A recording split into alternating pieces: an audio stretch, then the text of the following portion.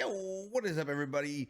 We are back with Get Sticky Fantasy Breakdown. Today, we got another new guy from the crew, Rob Gaming. You guys have seen him on Let's Get Sticky. We have our other co-host at the top, JG603. We're going to get into this. We're going to get right into this because there's some interesting stuff. We took a break last week because football has just been a mess. We got coronavirus running rapid, games being switched, but I mean, this is how wild. This is how wild the league is right now. We have Ryan Fitzpatrick as a stardom this week, guys. Ryan Fitzpatrick, but he is playing the Jets. I mean, it is kind of a given.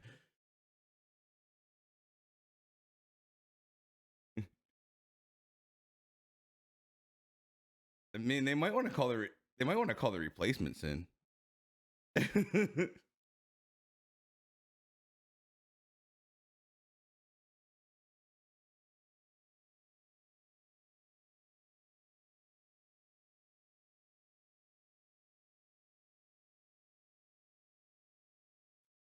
can see this one paying off this week. I mean, we have a couple matchups this week where we're seeing some real bad defenses. Yeah, this one's gonna be crazy. We got Matthew Stafford, we got Deshaun Watson, Kirk Cousins. I mean, Jesus. But I mean, this is just a case where you're looking at this defense, and these are some bad passing defenses right here. I mean, these are the worst ones in the league. So these are some great matchups this week. this one right here with Deshaun Watson versus the 3-0 Tennessee Titans is interesting to me because I mean, we all know the Titans are beat up down there. They don't really have any good stuff, but he did have a pretty good game, I believe, last week. Yeah, Watson looks good. I mean, you get rid of Bill O'Brien, that whole offense opens up. I mean, you look at Cooks, who had an absolute field day, had nearly 30 fantasy points from our guy Deshaun Watson. And this is a Titans defense that's been giving up a lot of passing yards this year. They're going to be pretty good against the run, and they're not really using David Johnson. So I definitely think this is a big passing matchup.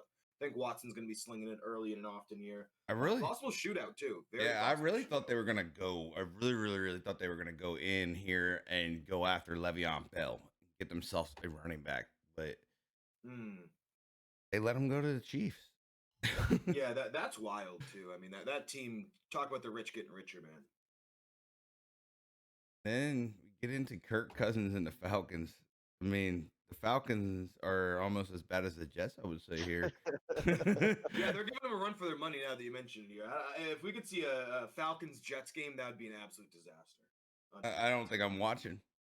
I definitely think if you got Kirk Cousins, I'd definitely start him going up against the Falcons. But I'd start him in the second half because it seems like the Falcons, start him in the second half if you're able to do that.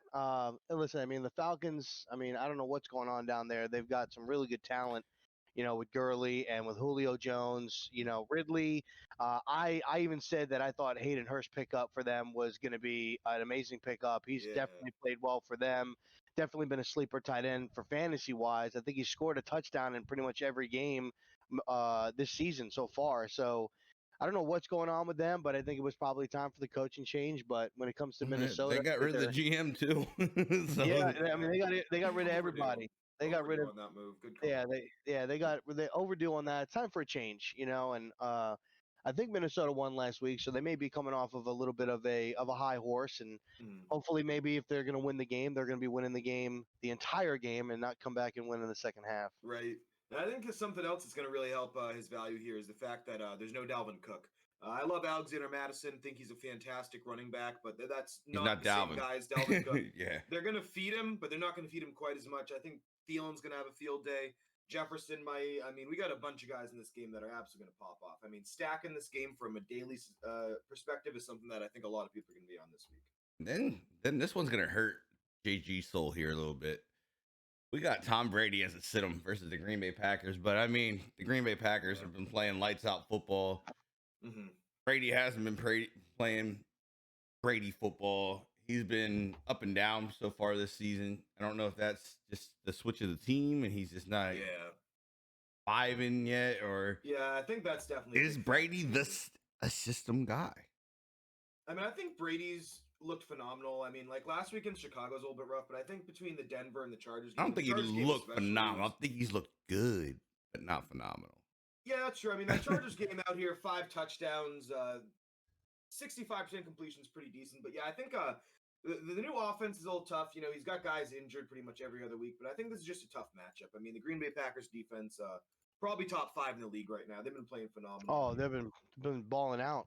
Oh, But yeah. and that's what's so crazy about it too is that the Green Bay Packers have been playing so good on defense because they weren't as great last year on defense. They came out of nowhere, make a couple changes, and now they got this like tight defense. And Aaron Rodgers looks like his old self out here slinging the rock around.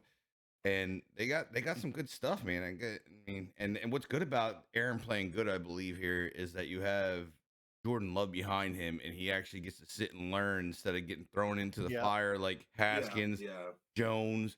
Like those guys' careers are probably gonna suffer. Yeah, you got to learn a little bit. You got to learn a little bit for sure. Absolutely. I mean, very few guys can come in day one and look like Herbert, who's been phenomenal. Not a lot of guys can do that. I think another thing too that's really been helping out Aaron Rodgers is the fact that he's actually got a pretty decent tight end now.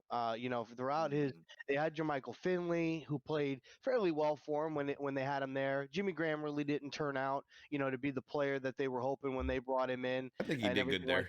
I think he did good with the Packers. Once he moved on, I think it's when he really declined. Like he got out of that system. I mean, Jimmy Graham, I believe, is one of those guys that feels as a system guy.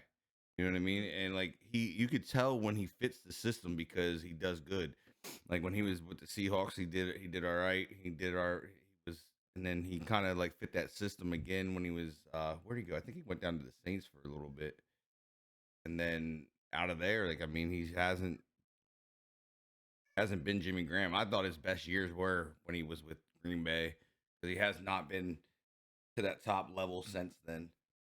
Yeah, I mean, I definitely think that's just a case where you go from Breeze to Rodgers. Those are some great quarterbacks, and you bounce around a little bit here. He's been decent with the Bears, but definitely don't think he is what he once was. But yeah, there's Robert Tonyan, man, the tight end of the Packers here. This is 3 straight games with a touchdown. He had 3 last week. Now a little nervous about him just because of Devonte Adams being back, but this is a fully loaded team. They got Adams, they got Jones.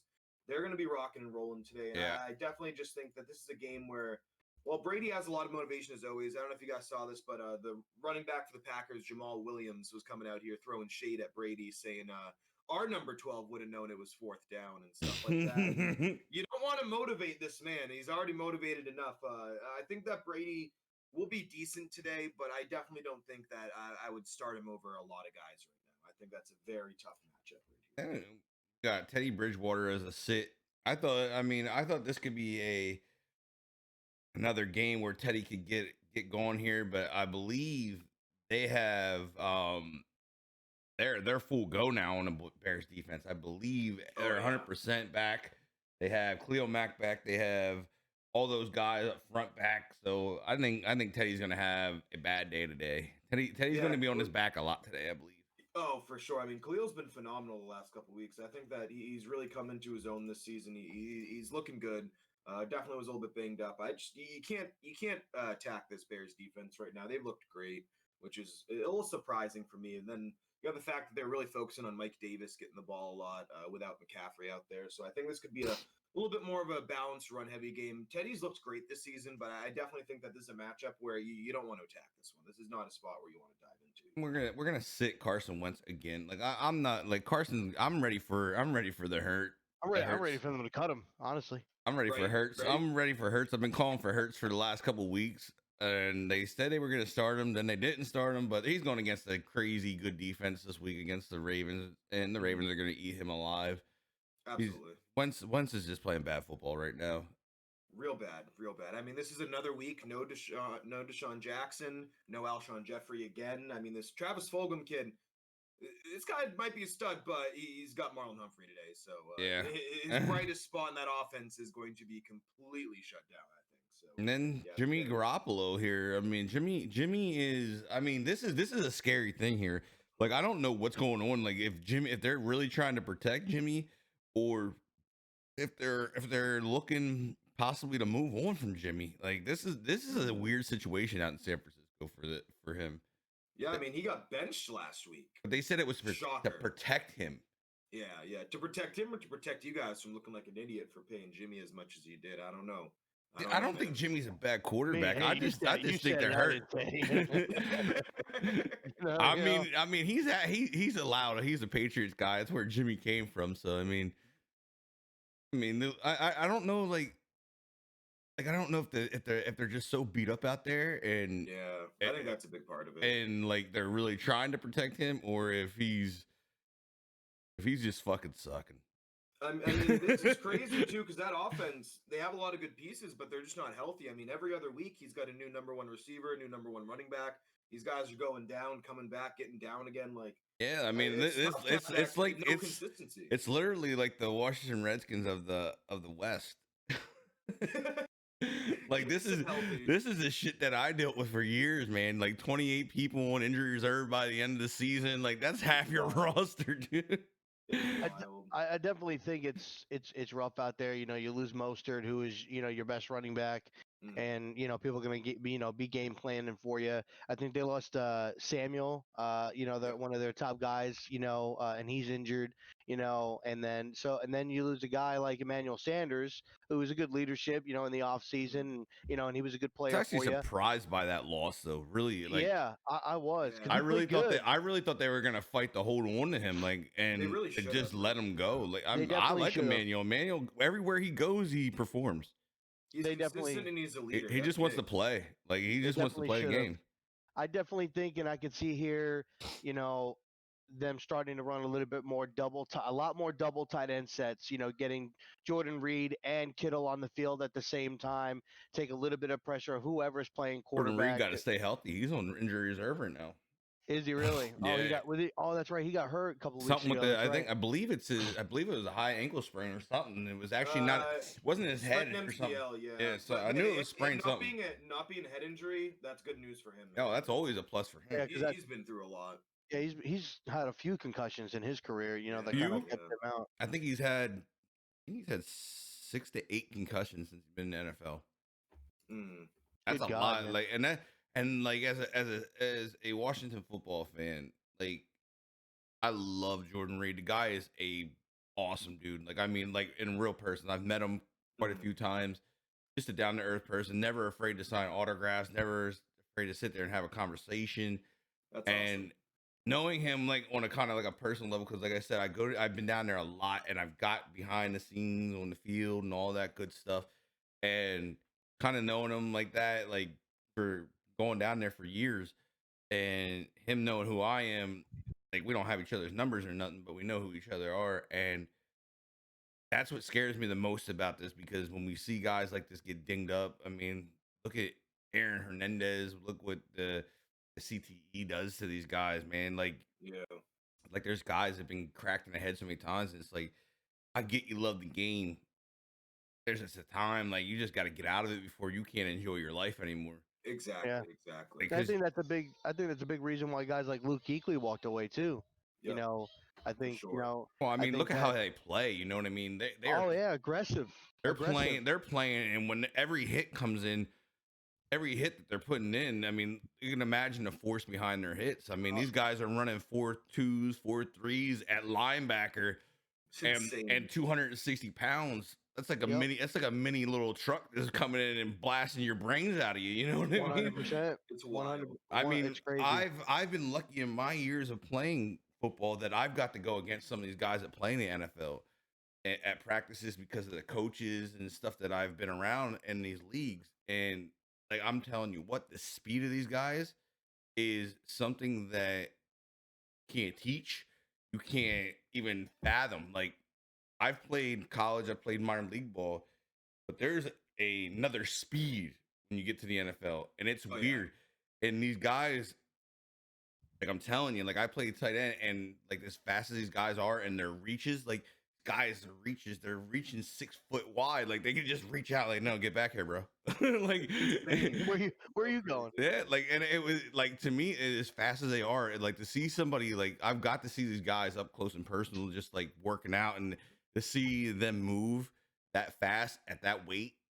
And I'm over here, like I'm the same weight as you. You're ripped up, cut, jacked to the world and you're moving 3 times as fast as I am, it's just like, wow. just athletic freaks these days, man. It's a wild league right now. With Oh, it what is. these guys can do. And then Absolutely.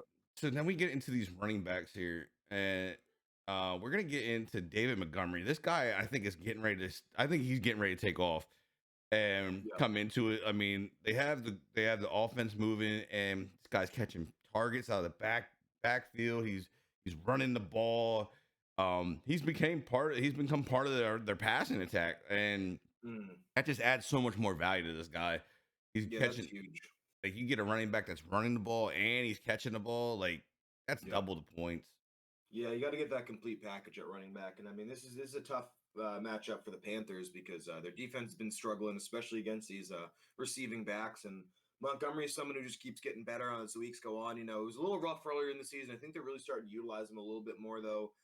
Foles looks pretty good, definitely way better than Trubisky did. So this is an offense that's really humming. I think Allen Robinson's been such a threat where they're going to have to really key in on him, not be able to stack the box against Montgomery as well. So, of course, with your only real running back option outside of him being Cordero Patterson, I think that Montgomery's getting a lot of action today. I think he's going to get, I mean, now he's probably not getting 20 plus touches, but he's getting 6+ targets. He's had that in back-to-back games. I feel good about that matchup for him.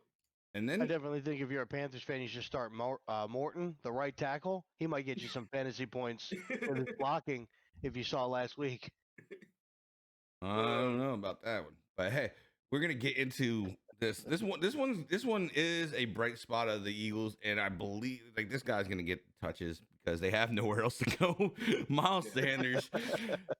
It's gonna be tough, but I mean, he's gonna probably catch the ball. He's probably gonna run the ball. He's gonna probably do it all. He might even play tight end a little bit here. So they don't have anything. They really don't have, like, their offense is so beat up. So I would definitely jump on this. I mean, I'm not gonna say he's gonna give you 100 points or anything like that, but I believe he'll give you over 10. Yeah, I think it's a safe double-digit floor with Miles Sanders. They're using him a lot. The Ravens aren't great against receiving backs as well. They're good against regular ground and pound attack, but they're giving up the 6 most receptions to the position. So that's something that you got to look at. And I mean, this is probably a game that's probably going to get out of hand pretty quick. I think Lamar is going to absolutely go off today. So this is going to be an Eagles team that's going to be throwing and throwing often. And this fits right into what Sanders does well. So this is a good spot for him. I think it's a really good spot for him. Definitely. I think Miles Sanders is would be a definitely good pickup. You know, he can run the ball well. I mean, you saw what he did last week. He definitely kind of lit a fire under that Eagles offense, kind of gave him a little bit of light, you know, when it's kind of seemed a little bit down. He's good in the run game. It's fucking dark over there, brother. I'm trying to give him a little bit of hope, just good, but yeah, they suck, bad. And it's like Alaska. It's like that one place. Where's that place in the world where it's like dark, like for 24 or 30 days straight? Alaska. Like that. Yeah, that's what it's like for the Eagles right now. Yeah, but it never. But it's always dark there. It's been dark. Right. I think it was even dark when they went to the Super Bowl, and just somehow like they got a little glimpse of light, that just came up, and and that was it. I still don't get how they won that game. We'll get to the questions here in a little bit, guys, in the chat. As we go through this stuff, we might answer your questions. We got Kareem Hunt on this list too, and Kareem Hunt has been a stud of fantasy points. This guy's humming. He is humming. Like, if you have him, get him. And we don't even really. I mean, he is playing a good defense today. They are playing the Steelers. This is a division game, so I think they're gonna run the ball against these guys. I really think they're gonna push into this, and I think he'll have a good day. Yeah, I mean, that's the Browns' identity this year is the ground and pound. Of course, they don't have Chubb, so Hunt's getting even more touches. He's had at least 12 fantasy points in every game this season. That is guaranteed points that I'm going to take every time. It is a tough matchup. I don't love Baker, but this is a great matchup, especially when you think about how much they like to run the ball there in Cleveland. That's their identity right now. They're looking to run first. And we've talked about before how if you can get working off that play action, get off that run game. I mean, that's big time in the NFL. And then we're gonna get into. We're just gonna move. That one's not even that big of a deal. This one's gonna be fun because Rob's a New York guy. I like this one. Oh, Antonio Gibson. My boy Freeman. You gonna talk about my boy Freeman, baby? No. I think he's a sit actually. God. But no, we're getting into Antonio Gibson. This guy, like, out of the Washington's offense, him and McLaurin have been the only two like real bright spots here. Yeah. I really think I mean, the Giants have had a tough time stopping the running game. I mean, their defense is just it's bad right now in the NFC East. I mean, this is bad. Period. Like all the teams are bad. There's not a good team in the NFC East right now. Mm. But when it comes to the run game, the Giants aren't stopping anybody really. And Gibson has been a bright spot. He has been averaging almost 10 points every game here. So he's definitely a stardom. Anybody versus the Jets is a stardom. And we're going to get to some of these sit-ems. These sit-ems are very interesting. This first one, I like that Myles Gaskin too. I like that play. This first one is a mind-boggling, heartbreaking thing here. We got Joe Mixon as a sit-em today versus the Colts. Yeah, that Colts defense has been really legit this year. I mean, it's been fantastic. And Mixon had that one good week, but outside that, he's been he hasn't been great. He pretty much on the whole season has about as many points as he had that one 42-point game. So I think that between the tough matchup here, I think Joe Burrow's still trying to figure it out here. He's been great passing to Higgins and Boyd that we talked about before, but this Colts defense has been really legit right now, man. And then we get into Darrell. We get this one. I hate that they're doing this. Like I can't. I'm so over these guys with these running backs by committees going on in the NFL. Darrell Henderson's going to be a sick. You have Cam Akers, and I believe you got Malcolm Brown both back now. Mm-hmm. This backfield gets messed up again, and Henderson has handled it pretty well as he was in. He was putting up points, but I believe this backfield gets messy again. Yeah, it's too unpredictable, and I think that's a problem when you have a running back rotation. I mean, you see the same thing in New England where you don't know who's going to get that goal line touch. You don't know who's going to be the hot hand any given day, and it's tough to start a guy when you don't know if he's really going to be the bell cow for that day. And the Niners have been pretty good. Second fewest fantasy points to running backs. Now, mind you, they have lost a lot of pieces. Have been struggling a little bit offensively as well, but I just think that this Rams team, you don't know what you're getting. They could pass, they could run. They have a lot of talent on offense. Got like 3 legit receiving options in Higbee, Woods, and Kupp. So it's just a very unpredictable offense right now. I don't think you really know what you're getting here. Yeah, for sure. It seems like they're good on the ground game one game, and then they're passing the ball a lot the next week. It's kind of up and down with them. I still think they're trying to find their identity. So, but you're right. When you have multiple running backs like that, it's kind of hard to like pick and choose who's going to have the good game. You pick Sony Michel, but then Rex Burkhead has a great game. You know what I mean? And outdoes him in points. So, yeah. And then they have another situation similar to that with the crowded running back room here in Baltimore. Yeah, but this one's interesting to me. Like I don't see why they sit why we're getting a sit on Mark Ingram versus the Eagles. I mean, you do have what is it, Doxson or Dixon? I can always mess up. They got J.K. Dobbins over there as well. Yeah, Dobbins. Yeah. I mean, what's interesting here is the running back percentage here. Ingram's played 31%, 39% for Gus, and 29% for Dobbins. This is similar to the Rams thing. You don't know who's going to get the ball. Very evenly split. I mean, you could easily see Ingram get 3 touchdowns. You could see Edwards get 3. You could see Dobbins get 3. I mean, this is one of those things where Lamar running it. Like I believe it's a good matchup, but you don't know who's getting the rock. I believe this is going to be one of those things they're going to ride whoever gets the hot hand first. Like, and whoever gets taken off, if J.K. starts taking off, they're going to run them. And I honestly think you could see Mark Ingram on the way out of Baltimore here. Oh yeah, for sure. I mean, when you got Dobbins looking fantastic, Gus is still, I think, there for one more year. I think he's still on his rookie deal there. Yeah, for sure. I mean, no Ravens running back more than 11 rushing attempts in a single game this season. I'm not trusting that. You just can't. It's definitely cooks in the kitchen. Yeah, many Chiefs, for sure. Not enough Indians.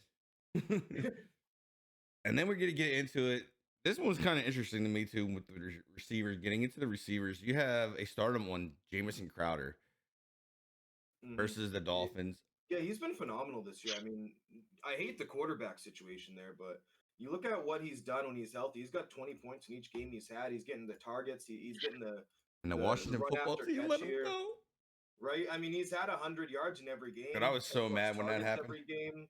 I mean, this is a guy who's just consistent. I mean, he did this against some pretty good defenses. Not the best defense, but I mean, he did against Buffalo, did against Denver and Arizona. I mean, Crowder's a guy who I think is he's so consistent in terms of getting his touches. He rarely drops the ball. very high percentage of his catches, and it's just a bad defense, man. That Miami defense, I don't think they still have Byron Jones or Xavier Howard there, so it's going to be interesting. One of the guys that's not even on this list here is I'm looking at is going to be Hopkins today. I believe Hopkins is going to go nutty this week down in Dallas.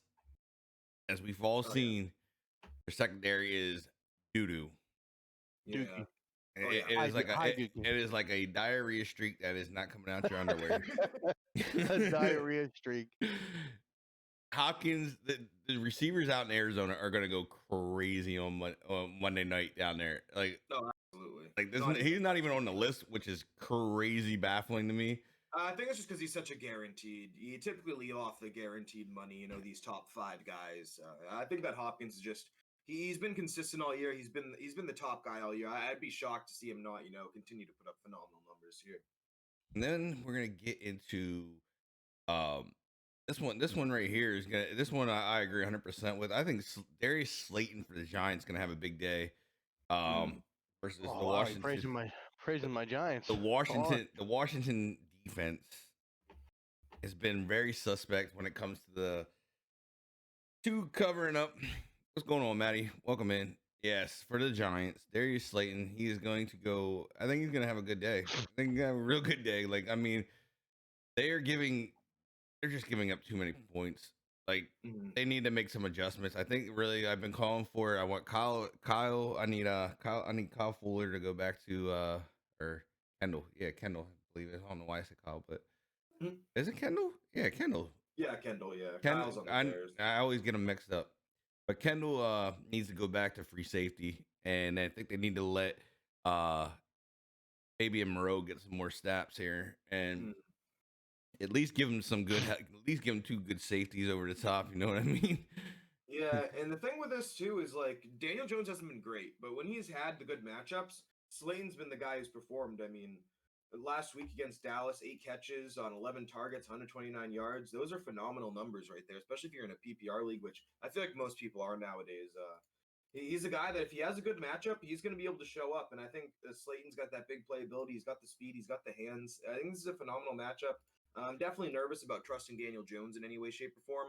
But I think that this is a good matchup for him. I think these division games typically are pretty well fought, and I think that Slayton, out of anyone in that Giants offense outside of Ingram, is really the only guy I'd be looking at. I think Devonte Freeman is a bit of a sleeper this week, mainly because what we talked about here with the Skins defense, or sorry, the Washington football team defense not being great. So it's going to be an interesting game. The front is good, guys. The front is good, and that's what I was. It's the secondary. That's what I was going to say. You know.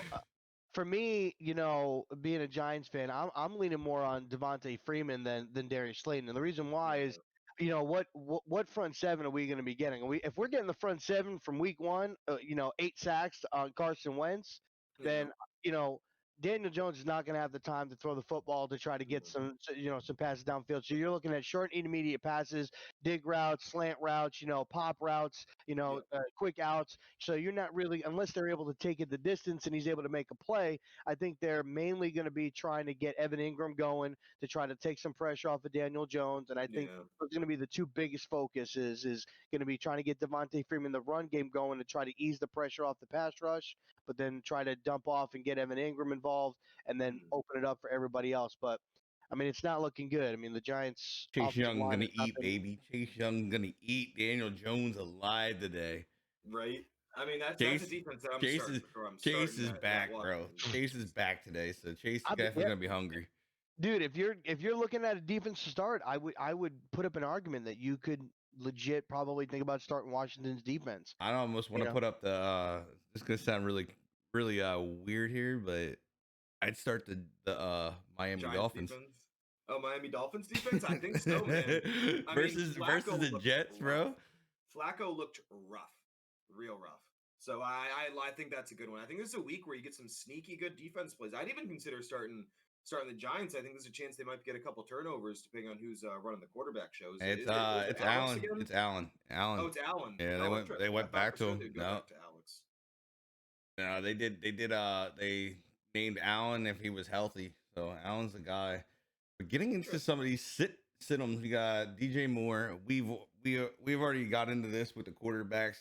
Teddy's not going to be able to stand up right enough long for these guys down And in if he is, his Carolina. guy is Robbie. Robbie's definitely the number one there now. The thing, DJ Moore's got that big playability. You could take a slant to the house, but I think target-wise, you don't know what you're getting. I think Kyle Fuller and Jalen Johnson are both fantastic corners, so I think it's going to be very tough for any of these Panthers players to get some action going. Even Mike Davis, who's been phenomenal, 90-plus yards each week that he started, but yeah, it's just a tough matchup. This Bears defense, like we mentioned before, really showing up right now.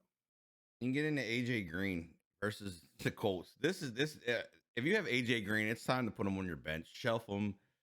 Yeah, he's got to be released. Not even bench. I'm cutting him. Till they trade him or something. He's done in the Bengals. I mean, he gave up on a play after it was overthrown him, didn't he? It looked like he was about to start blocking for the other team. Literally. That crackback block, man. It looked like he was about to do it for sure. Yeah. He ain't about that life anymore in Cincy. He knows that. He needs to move. I mean, this is now Higgins and what's his name? Boyle or Boya? Yeah, Tyler Boyd there. Yeah, just trade him to the Patriots for a 4th round pick and get it over with. Come on. Good God. We got the T. Higgins autograph waiting to be sold. Anybody that's a Bengals fan in chat, if you want a T. Higgins autograph, I do have one. I want a rookie card at that. It's a beautiful card, by the way. And then we get into Brandon Cooks. This doesn't even make sense to me. They want Deshaun Watson as a starter, but then his top receiver's not going to be a starter. I just think that Cooks, he had that one big game, but otherwise it's really been the Will Fuller show there. So I think that's the situation. Plus the Titans are pretty good against wide receivers. So yeah. I mean, he didn't have a single catch against the Vikings, then to come back and have 12 targets with 8 catches the next week. Are you getting the Vikings matchup, or are you getting the one where, he came out and had 161 yards? It's tough to predict this offense. I would say this whole offense as a whole sit for a couple weeks. We got to, outside of Watson, we got to see who's going to be, targeted, who's going to get the action there. Because, I mean, I think Fuller, fantastic player, but is also a guy where it's like, what's he going to do? Is he going to get hurt? Cooks, is he going to get hurt? What are we going to get out of him? And now we get into your boy that you were high on, but good call here. You called him a sit before we got to the sit. Travis Fulgham or Fulham, or however you fucking say his name. Thing. Now, I think this kid is going to be a stud. He got a big body, great hands, good speed, good route running. This is a case where I think Marlon Humphrey is possibly one of the top 5 guys in the league when shadowing someone. I just think that it's just a tough matchup across the board. I mean, this Ravens team is really going to eat today. I think Wentz is going to have some drop problems. So it's going to be a tough one. It's going to be a tough one there. Right. He's not going to be a monster today. He's not one of the best. He's pulling one of the best freaking corners in the game today. Yeah, I'd be surprised to see Fulgham hit double-digit points today. I think that'd be really tough for him to pull off. I think Greg Ward's got a better shot just from a matchup standpoint. But yeah, I'm not a big fan of Fulgham on this matchup here. Eagles upset the Ravens? No way. Not a fucking chance. I don't see that one happening. Not a chance. If that happens, you're the man, Matty G. You're the man. It probably will happen, and you'll hear nonstop. Oh, we're going to the playoffs. Playoffs down. Playoffs. Talking playoffs. I just hope we can get healthy. Playoffs. Right. The Eagles are nothing but a practice squad right now. Dude, I feel like it's been like that. It's honestly been like that now. I feel for like the last 3 years. Even the Super Bowl year, they were definitely hurt. And I'm a fan of the Giants, and obviously I don't. Bro, you got to win the game. You got to win a game. You know what I mean? Like, we all have to win games. Nobody is in our division is winning games. I mean, I tell Cap, I tell all my Eagle fan friends that I have. I think giving Wentz a contract that they gave him when they gave it to him was the wrong move. You locked up so much money. They extended him and they accepted his 5th-year option. Then you extend him.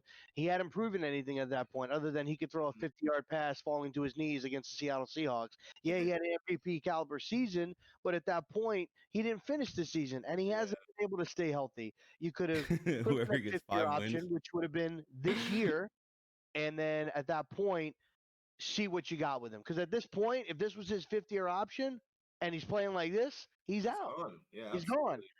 So and then you could have used that money to build, get a running back, get better I mean, offensive line, I maybe think bring they're in all some right skill with Miles players. Sanders. I think Miles Sanders is actually a bright spot. Oh, it was definitely a diamond in the rough for sure. Them taking Miles Sanders and Yeah, everything they like that. key on that one for sure.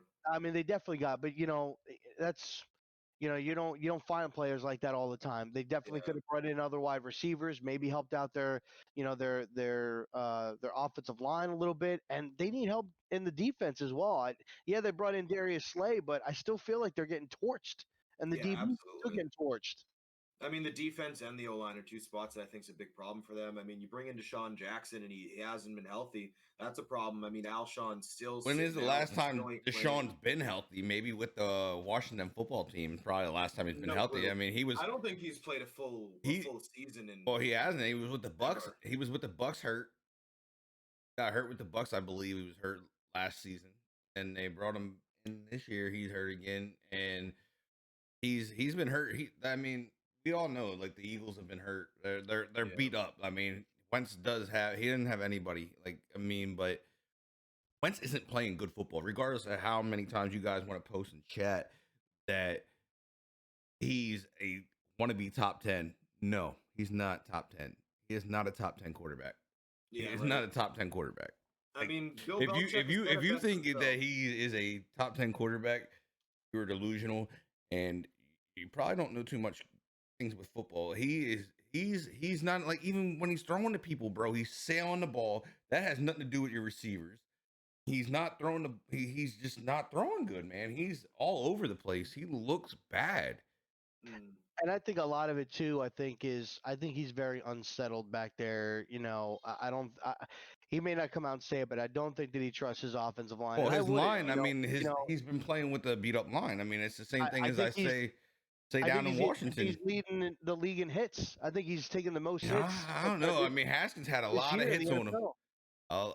That like our line is so bad. I mean, we're actually starting our rookie this year that we picked up. We're starting him today. Yeah. And like it's the same thing. It's like they blame it on Haskins. You know what I mean? They blame the bad play on the quarterback. I mean, Yeah. anybody watching like that's right in their brain, it's not the quarterback. I mean, they've all been on their Right. backs. I mean, look at Alex Smith last week. He was carrying freaking what's his name? Aaron Donald on his back. Like every quarterback is getting a hit. Like they're getting smacked. They're not just getting hit. They're getting like, these guys are getting blown off the line Yeah, and getting offensive line's smoked. been real down this year. It's been real down. But when you look at it too, like what's the best thing to counteract having a bad offensive line, having a good mobile quarterback? So you were saying that Jalen Hurst, man, maybe it is time to make that move where your offensive line is just not where it needs to be, and Carson Wentz doesn't got the wheels that he needs. You put in a guy like Jalen Hurts who can move the ball, spread it around, maybe run the ball out of the pocket, take a little bit of a hesitation on those defenders to kind of give your offensive lineman a break. It's I think personally too, when it came to Washington, I thought that Cam Newton was a great fit for Washington. Ron Rivera's there. Cam Newton had great success Dude, I with Ron called for it. Rivera. I called for that. I really I wanted think it would Cam have to been come great. in. They could have used him right now. I would have. Honestly. Well, what I was hoping is they brought Cam in and they sat Haskins and let Haskins learn from, because Cam was in that offense for so long. Cam could have taught Haskins and could have prepared Haskins for a different thing. I mean, look, they really didn't have time to learn the offense with the coach and all that stuff. Like, that can't, like, Cap, you're confused. I'm not even entertaining you in the chat. Like, you're telling me he has wheels? Wentz now has wheels, guys. I mean, he was slightly mobile for like a year or two there, but since all these injuries, he ain't running, bro. Like, he's not fast. He's not fast. Like, and with Wentz, it's the old Bill Belichick saying, the best ability is availability, and he's just never available, man. He's been injured every year.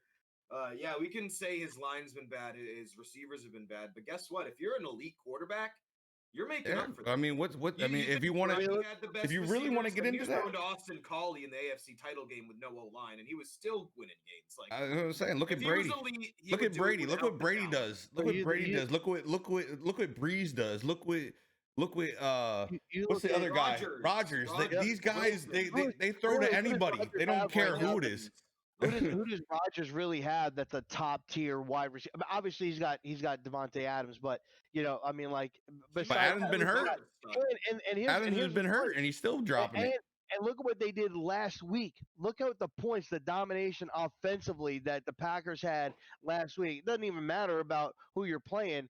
He had nobody's in there and a tight end that really has been kind of quiet, and he dominated. At the same time, Captain, with what you're saying, maybe his wide receivers can't get open, but when they are open, he can't complete the pass. Yeah, he's sailing the ball, You know bro. what I'm saying? When they are open. So the point is, I don't necessarily think that Carson's a bad quarterback, but I don't think that it's a fit anymore in Philadelphia. I'm thinking change of scenery would really help him out. I think going to a different team, and I hate, you know what, and I don't know how JG's gonna feel about it. You know what I'm saying? But maybe going to a Bill Belichick in New England where it's, hey, we're not gonna ask you to do much. We're not gonna ask you to make a lot of plays. It's a lot of dink and dunk is what the Patriots offense is. It's dink and dunk. It's handoffs to the running back with stretches and dives. It's your running backs coming out. Might be a good fit for him because maybe he can't.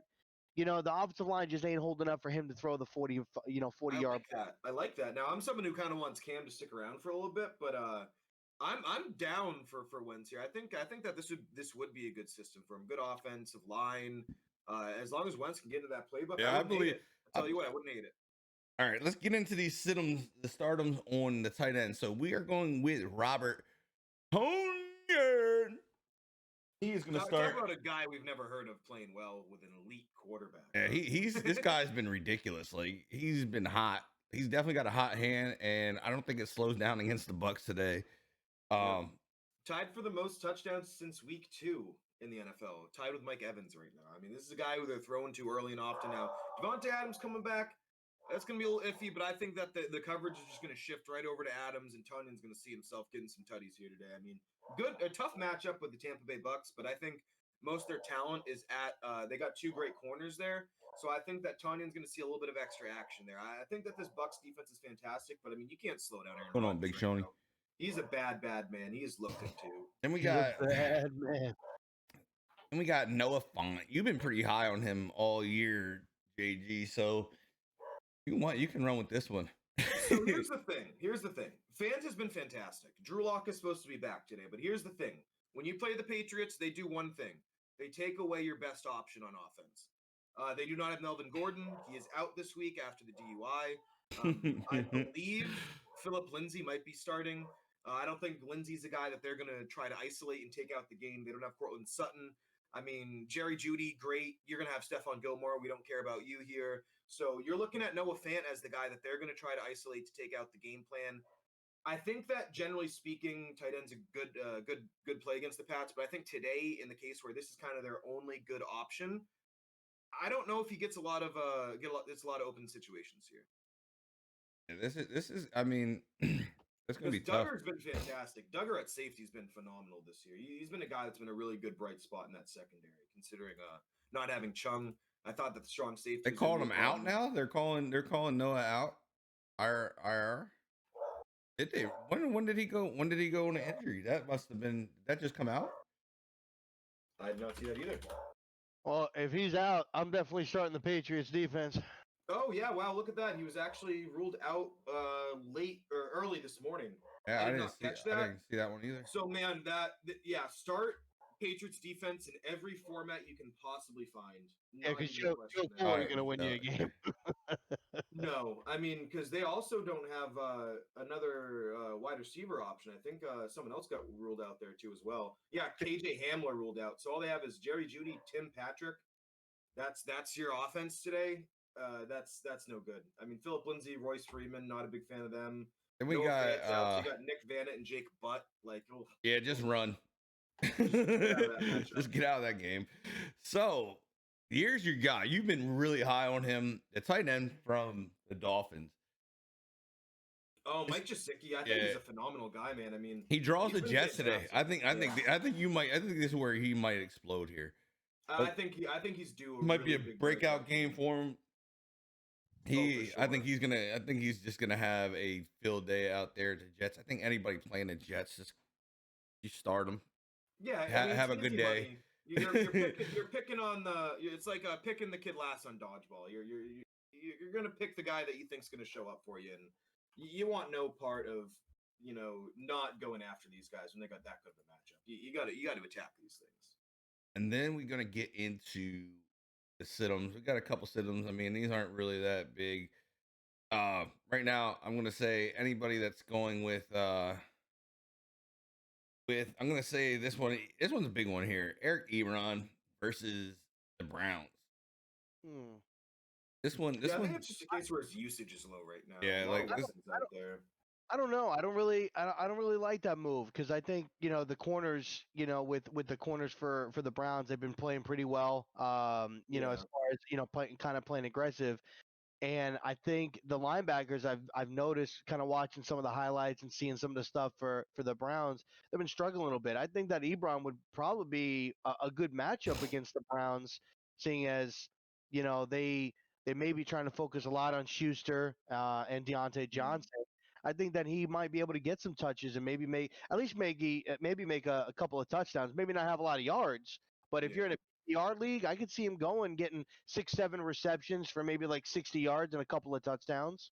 Yeah, that's the thing there too. Is you need those touchdowns from a tight end, and the fact that he's only got a double-digit fantasy points in the only game he scored a touchdown. So I mean, if they use him, he's going to be good. And we did see actually Deante Johnson's been ruled out again with a back injury. So Chase Claypool, fire him up in daily fantasy as well as year-long leagues. But I'm interested to see what happens here. I think the Steelers are a team that they're similar to other ones where they're just really deep on offense. They have, I mean, we could see James Conner get the touches. We could see Ebron get the touches. Juju hasn't been, really breaking out big this year. I think this is it's a good matchup. I think there's a lot to look at here. I think that you could really pick a lot of these guys on either side and take a shot at some scoring here. Zimri, I would probably say Antonio Gibson would be a better start if you're looking at a flex position. Yeah, Gibson. I think Gibson has a nice day today. Yeah, and I'm not a big fan of what we've seen out of Jimmy G right now. I don't think that I trust any of his options outside of Kittle. Then for my last sit here, I'm gonna go with Rob Gronkowski. We're gonna sit him. He's been up and down all season, like not super consistent like we usually see with him and Brady together. Oh, he's been so inconsistent, which is wild. I think it's just an incident where that offense is just so deep. Yeah, I mean, there's so many weapons down there, and I think that kills him because it's not like he has to be the guy that Brady goes to anymore. Godwin's back finally. But yeah, I mean, the Packers defense, we've been talking, they've been lights out all year. So I think this is another thing where Brady's gonna have to look other places. Yeah, I think tight end. It's important to look at the usage and targets. And I mean, he's getting some targets, but he's not getting a ton. They're really spreading the ball down there. Ronald Jones has been a good threat as a receiver. I believe Leonard Fournette's back as well. So yeah, they got a ton of weapons down there with Brait and Gronk and Howard. Then you got Evans and Goodwin or Godwin, excuse me, and I think this is actually going to be a really good test for you Packers fans, for your defense, for sure, to really see what you guys are able to do. You got maybe a little bit of of an edge on the side, with the two tackles and not really playing well. Maybe get the pressure with Preston and Zadarius Smith, but I think it's definitely going to be a good test. I'd like it to be a shootout. Honestly, I'd like to see Brady and Tom go toe for toe, and just do it, but. Yeah, because that's something we haven't really seen is this, kind of the two best guys of this generation. Haven't really seen these guys battle much. So definitely looking forward to this one. I think this is going one of two ways. It's either going to be one-sided for the Packers to win, or we might see a little defensive action. I'd love to see a shootout, though. I tell you what, if these two guys can just go out there, sling that rock, 40 times each, that would be just such a show. I mean, it's the only game pretty much this afternoon. It's going to have all the eyes on it. That's going to be a fun one to watch right there. I did want to ask you guys a question, because I was kind of calling at it, last year, a couple of years ago when he was a free agent, thinking it was going to be a good move, but they ended up doing it now. How do you guys feel about Lev Bell going to the Kansas City Chiefs? I think that's a stellar move. I think that's a great move. That just adds another element to the game they got a solid running back you can trust. I think Le'Veon's gonna. I think we're going to see an old Le'Veon show up here with this offense. He's got a better line. He's got better. It's a lot better. I mean, anything with the Jets right now, like I feel bad for a lot of those guys because it's just not. it's bad. You know what I mean? Like you got to imagine that locker room's probably a fucking mess. Yeah, the coach alone. No real leader. Probably not any real leadership over there. And I think he's in I think this is going to be a really good. I mean, going into it, he's on a 1-year deal, so he has to ball. Like he has to play. He may never play again if he doesn't ball out. You know what I mean? Like he's going to have to play his ass off. And it's a perfect situation. It is. I think this can really give him a resurrection of his career, and I really think that he has. This is for a guy's head that was bigger than what he was. Yeah. In Pittsburgh, I mean, like he did his thing, but like I really think this is going to be one of those things. Now you get him in the game. This now opens up Edwards in the pass game, third down rush. He can go to a third down back type of deal, and it's just another element that you have to learn how to stop, because now you have to stop Patrick Mahomes. Now you have to stop T.Y. Hilton. Now you have to stop Bell running the ball. Now you have to stop Edwards coming out of the backfield catching the ball. And we've all seen what Edwards does when he gets in open space. The guy is electrifying. Like this is deadly now.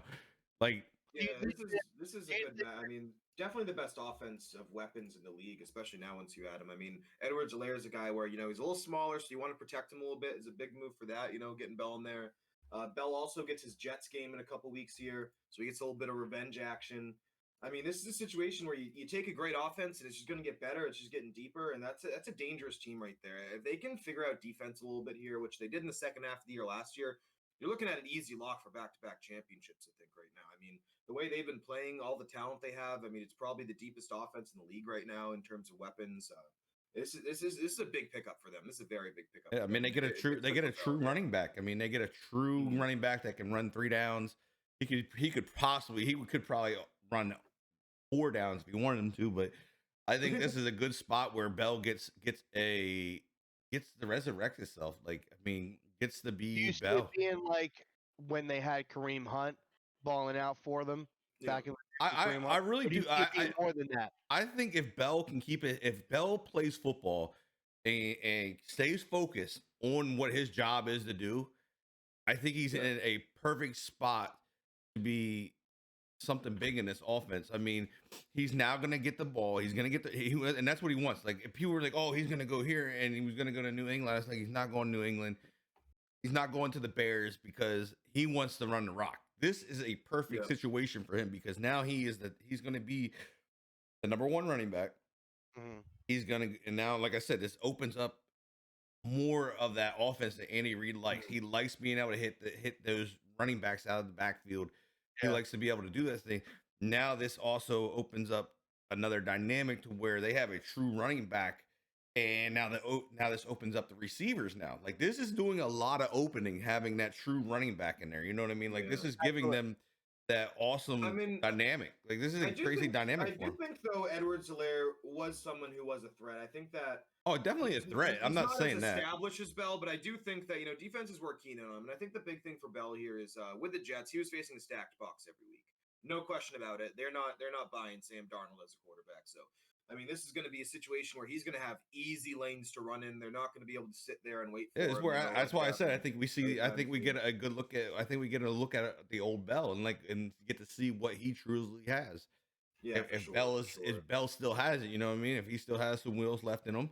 And I think he does. I definitely think he does. I think that he looked actually kind of decent coming back with the Jets last week. I think he had something like 70 yards, which isn't bad, especially in that offense when you got Joe Flacco running the game there. So yeah, I gotta say this is a great pickup for both sides. I think as an AFC team, I'm not happy. I wanted to see him go somewhere where he wasn't going to absolutely feast, but it is what it is. It is what it is there. I mean, and for people who are like, oh, maybe he'd go to the Pats, that would have made no sense. There's no way the Pats ever sign a running back. I mean, Clyde Edwards was, even against Buffalo, and Buffalo's got a stout defense, he was projected at 14.2 points, this next week. So, I mean, and I was, kind of addressing Rage's comment that Edwards hasn't done anything since week 1.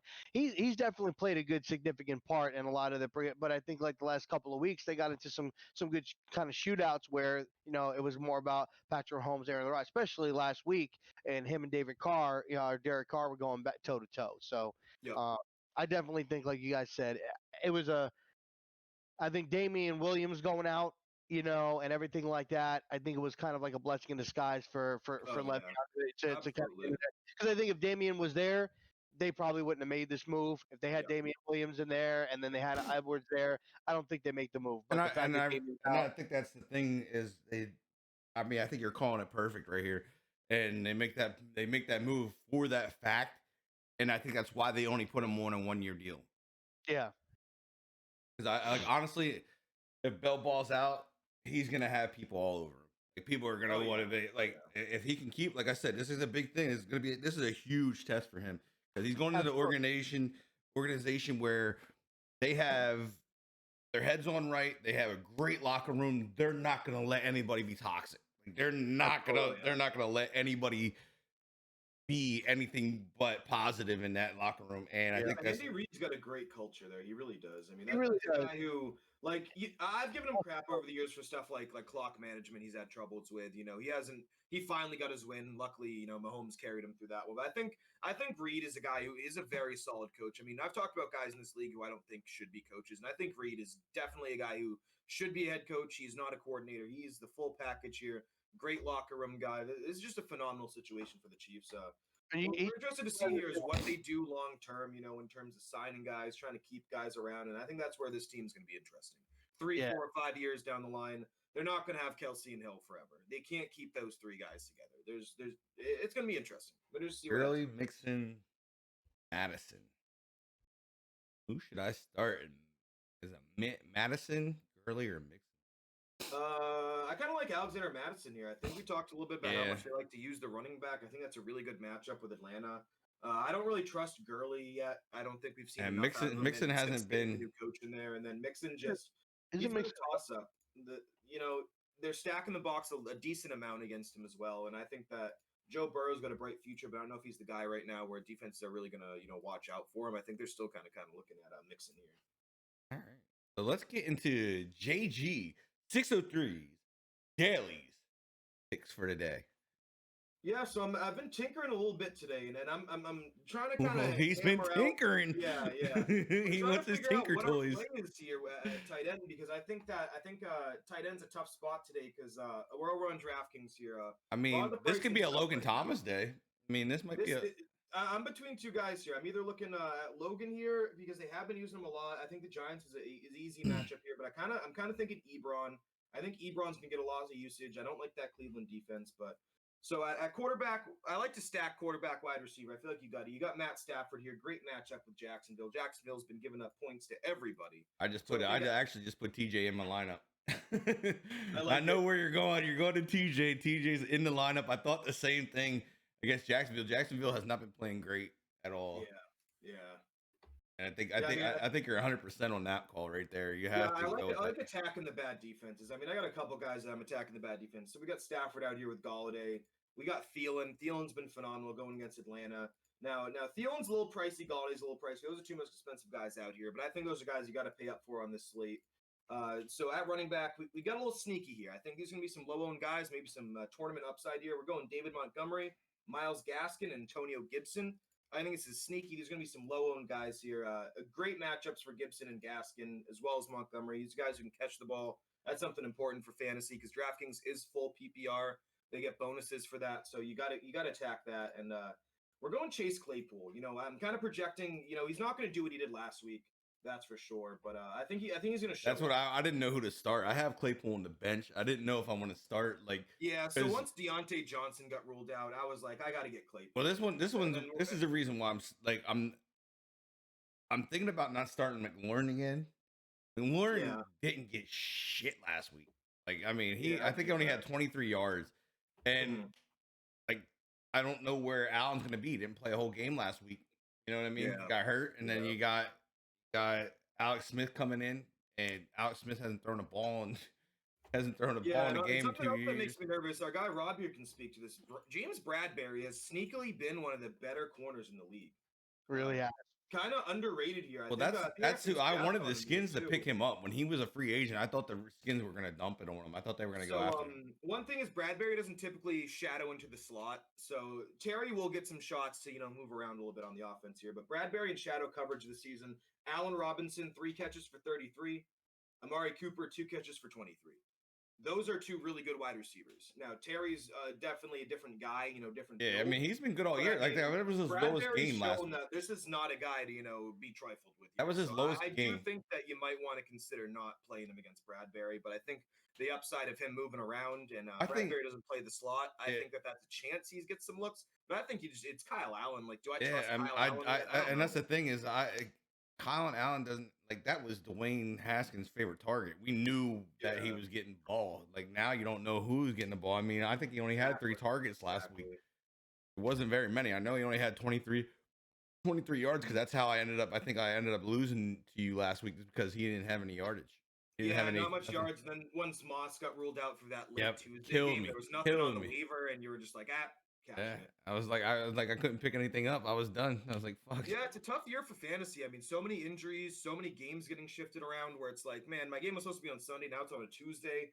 There's no real wiggle room in terms of waiver action because, I mean, most of these leagues, they've got the IR slots. Yeah. So you're looking at really deep rosters. The waiver's wicked thin right now. I mean, you're going to be hard-pressed to find real good streaming matchups. Yeah, right now, like Zim, Most of my I mean, leagues, I can't even find a player worth starting, Ertz let gets alone doubled guy. up again. This is gonna be where Ertz is not gonna go off again today. Like Ertz is, I think he's done in Philly. Honestly, I don't think he'll be back next year. I don't think they're gonna sign him.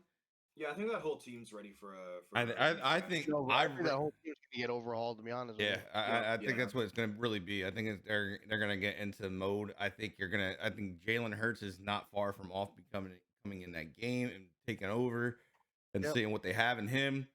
Because if they're gonna go, I would even go as far as to say if they struggle this year and don't make the postseason, you could even probably see Greg Peterson getting canned. Honestly, I mean, I think Peterson's gonna get canned if they lose a couple more games. I think Peterson gets canned before the end of the season.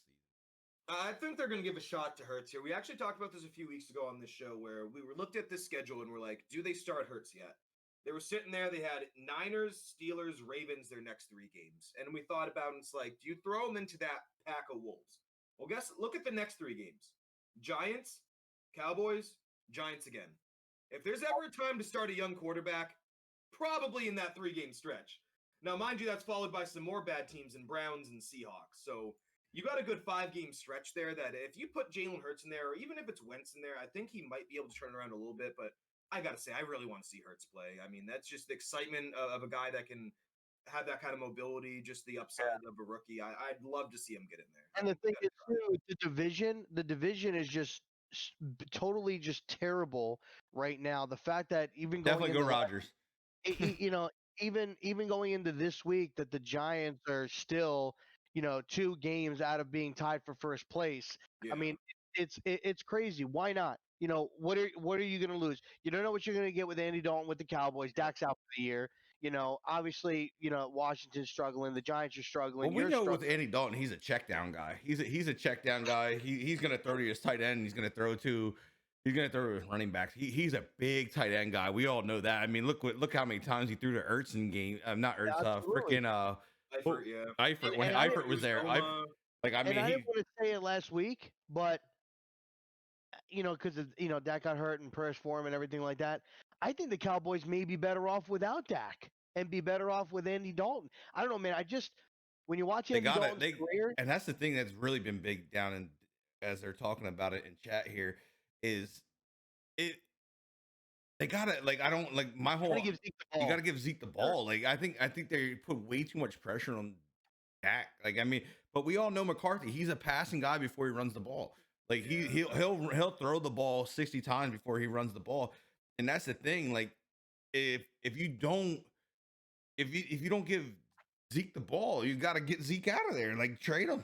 Yeah. Like it's a weird play to have that kind of guy and not utilize him. Yeah, I mean 11. I think he had 11 touches before Dalton came in. Like I mean, he had like 11 touches in the one game, and Dak threw the ball for 60 times. Like. So something that worries me if you're a Cowboys fan and you look at your schedule here, and if you know Andy Dalton, he is historically really bad in primetime. Now, But Mike won't run the ball. Really bad. So you look at their schedule, they got Cardinals on a night game. They got Eagles on a night game. They got Ravens, and they have the Niners all on night games, all primetime. Dalton, I think they got a primetime Thursday for isn't Thursday a primetime for him too for on Thanksgiving? They have. I imagine they play Washington on Thanksgiving. I'm not positive though. They have the 4:30, which is technically the marquee game there too. So you're looking at a lot of games where And you that might that not doesn't see even matter great how bad the gameplay. teams are. That game is old. If they're playing Washington, that's the game that just gets. It's a I think they've bang. almost split for the majority of the time. Yeah, like it's. Off of that.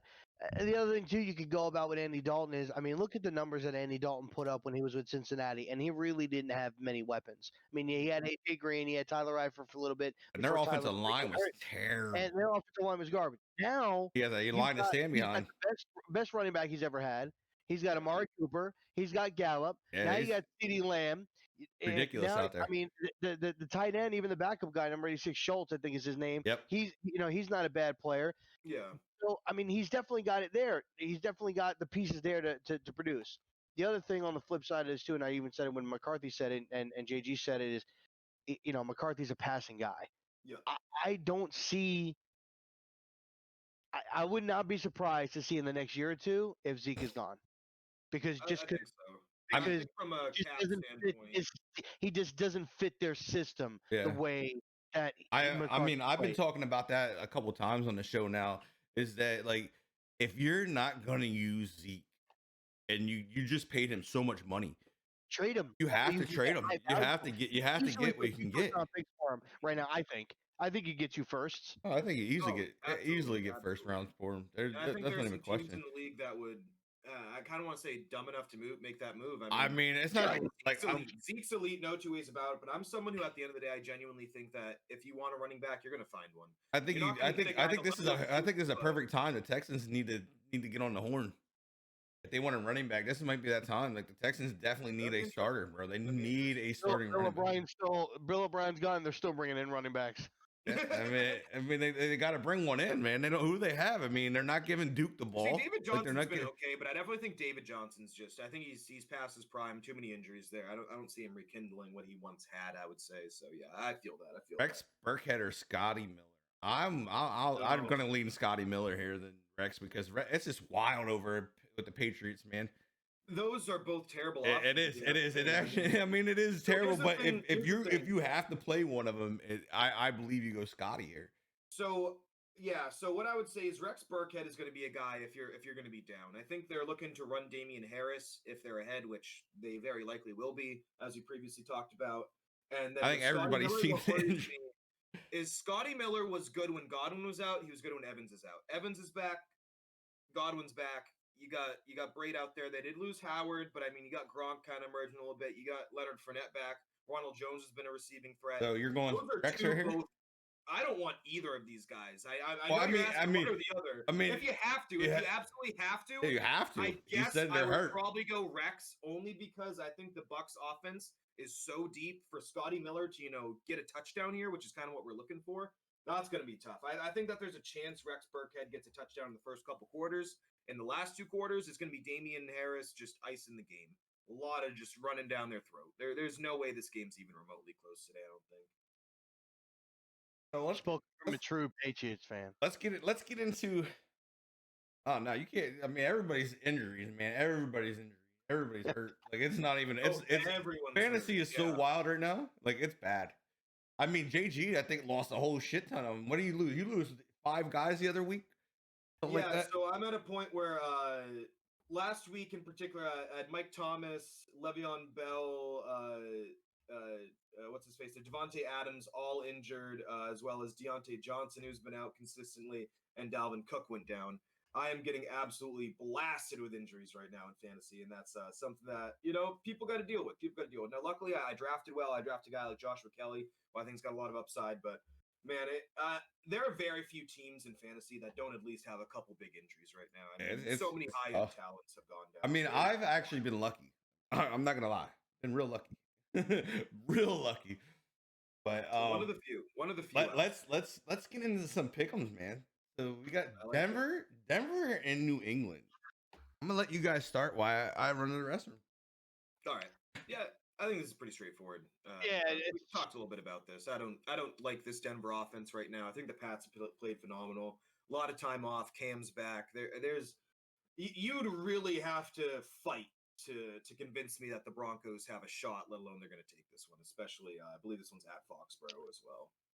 I definitely think I'm going to go with the Patriots. Although I don't think that it's going to be a big shootout. I do think that the Denver's defense may keep them in it for a little bit. I think Bradley Chubb. Listen, I mean Von Miller going down. Bradley Chubb really needed to step up and be that guy. I think he's done that so far. And becoming that, solidifying himself as an elite pass rusher for that team.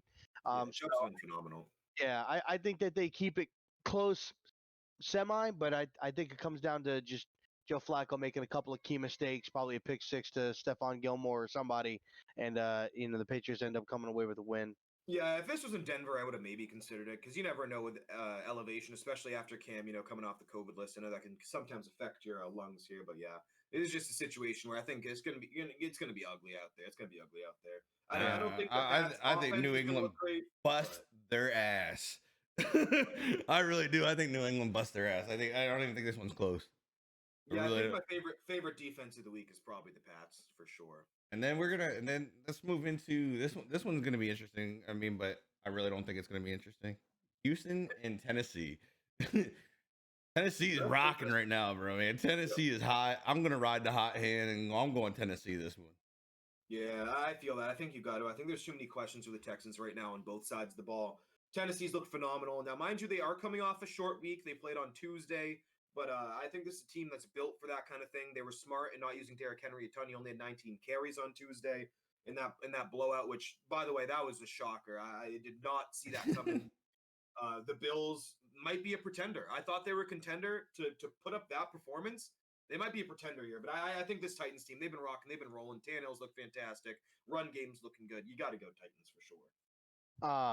I don't think the Bills are a pretender. I think that the Titans are for real. I think that Mike Vrabel's doing some really, really good things. I think people in that locker room are bought into Mike Vrabel. I think he took a little bit of Bill Belichick's little expertise and implemented there. I like him. I think Ryan Tannehill's playing great, and I think he's spreading the ball around good. He's getting guys involved. They got the run game there, and yeah, the defense is struggling a little bit, but for the most part, they play aggressive, they play fast, they play fundamentally sound. You don't really see them making a lot of big mistakes. So I'm going to go Tennessee. That's an important thing. They're a very safe team. I mean, Tannehill very rarely turns the ball over. That defense has been phenomenal. They looked great on Tuesday, too. I mean, Malcolm Butler showed up. I believe he had a couple picks. Love to see that. Jadeveon's, finally getting rolling again. So this is a dangerous team, man. And you think about last year, I think they were very, very close to making the Super Bowl. I think that if they just used Henry a little bit more than they did, I think they would have been in a great spot there. Absolutely. And we get into this game. This is a division game. This is 4-1 team and a 4-0 team. Pittsburgh versus Cleveland at Pittsburgh. Go ahead, Rob. I'm gonna go with Pittsburgh, man. I think that I think Big Ben's got something to prove this year, man. He missed all of last year. You look at this team. He saw that they went. I think he watched them go 8-8 without him, and I think he said, "Wow, I don't want this team to feel like they don't need me." And I think he's coming out, man. He's balling. He's playing good. Even James Conner, man, is coming out. He's playing good football. I thought that maybe they would have been in the run in to bring Lev Bell back. You saw him having some communication and conversation with Mike Tomlin, but I think they got the weapons. He's got the tight end there. He's got some young wide receivers with Claypool, Johnson, Schuster's, really kind of molded in, and their defense is playing good. TJ's got that defense on fire, so I like Pittsburgh, man. I think they got a good shot this year. Yeah, absolutely too. Because we've talked about this, me and Smia before, where Baker Mayfield, what are you going to get out of him on any given day? He hasn't been great this year. He's been good. I think this is a team that definitely goes off the run, and if the run gets shut down a little bit, which the Steelers have a pretty good front seven, I think that if this run game gets shut down, which I expect it to, I think this is definitely a Steelers win here for sure. I can't pick the Browns safely right now. Yeah, I'm with you right here. I'm with you in Pittsburgh. Like, they're playing great ball, and their weapons. They have their weapons, but the thing is, they know how to use their weapons, and it's not a weapons on paper type of deal in Pittsburgh. This is like they're balling. Like, Juju's balling. You got Connor balling. You got Claypool now. Like, I think there's just so much. And they're doing it quietly. Not a lot of people are really talking about it. I don't know. Claypool's making noise. I mean, I think they put him on notice last week, man. He went the frick off. And like, I just think this is going to be a team, like, as you said, Big Ben's playing some of the best ball he's played in a while. Oh yeah. This is just one of those games, man. Like, I just don't think Cleveland has the necessities to stop all of them. Because, I mean, you stop one, the next one's going to step up and go off. It's just how Pittsburgh is built right now. Then we get into Baltimore, Philly. I'm going right in on this one. I'm going Baltimore. Like, their defense is just crazy good. I don't think what Philly has, like, they're beat up. They're really, really beat up. I just don't think they have anything to be able to go against that defense. Yeah, that Ravens team is just too stacked right now. Lamar's turning around. We'll slow start the year for Lamar, but I'd be shocked. I'd really be shocked to see the Ravens fumble this game. This is a pretty easy matchup for them. I think that this is just a game where the Ravens are continuing to do what the Ravens do. I think you Eagles fans are going to get everything that you deserve, including potentially seeing Jalen Hurts today. I think Carson Wentz gets knocked out, which wouldn't be a shocker, and Jalen Hurts comes back, but I'm going to go with the Ravens. But if Jalen Hurts comes in, I think they may upset if Jalen Hurts comes in. No. I'm going to go Ravens. Bro, hey, dude. Hurts is gonna look good, but I think they're gonna put him in too late. I think they're gonna bollocks that up where they're gonna leave Wentz in for like 3 picks and like a fumble, and they're giving Wentz 4 picks. What do you mean? Ravens go up like 24-0, and they pull Wentz out, and Jalen brings them back and wins like 27-24. Woo! I You got some big balls, bro. I can see it happening, man. And then we get into the Giants-Washington game. I'm not gonna lie. You better watch yourself, bro. You better watch. I'm not gonna lie. I'm actually going New York here. Can we tie? No, you have to pick here. And like the reason why I'm going with Washington, I talked about it earlier. I mean, with New York, our secondary is just doo-doo. And I honestly believe that we're just gonna get scorched. The only highlight that we have in our defense is Fuller and Collins in our secondary. That's it. I mean, other than that, like nobody's been really playing too well. Besides our line, our line is good. I'm happy with our front, but beyond that, I'm scared, man. Here's where I worry a little bit for the Giants. Daniel Jones last week against Dallas. Yeah, but Dallas is different. That's great, but here's what I'm saying. Dallas is a very bad defense. No two ways about it. And Daniel Jones, 20 completions, 33 attempts, 222 yards, no touchdowns. No touchdowns there. Now Devonte Freeman was pretty good. But look how many touchdowns Washington's given up. That's true. It's a case of who's going to suck the least here, for sure. I think that the Giants are due a win here. But what I think that Kyle Allen has a lesser chance to throw a pick than I think Daniel Jones does. I think this is going to be very close, but I'm going to barely go the football team, and I don't like it. I want to Listen, Smee, you got what I got, and that's a 1 in the W column, okay? I'm going to go with the Giants, and here's the thing. Of course he will. Week, no touchdowns, but I think last week I really think that they wanted to try to get Devonte Freeman going. I think they wanted to try to get his legs underneath I don't think he gets going today, not against our front seven. I think that they wanted to try to get him kind of going, and you saw it. Gallman had some nice runs. Freeman had some nice runs. Granted, he didn't throw any touchdowns, but I'm going to go with the Giants, but I think that the only reason why I'm going with the Giants is because it is at home. That's the only reason.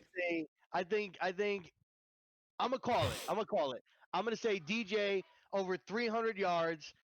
DJ, this guy's smoking. What do you got, bro? Like 3 touchdowns, baby. 3 touchdowns. All right, I'm fine. Have you been watching the Giants play? Listen, I'll make it more realistic. 2 interceptions. All right, 3 touchdowns, 2 picks. That sound good? Yeah. And here's the thing. I'm not. You lost your camera. The man has faith in Kyle Allen. It's not that I have faith in Kyle Allen. It's just I trust him not to throw a pick a little bit more. That's it.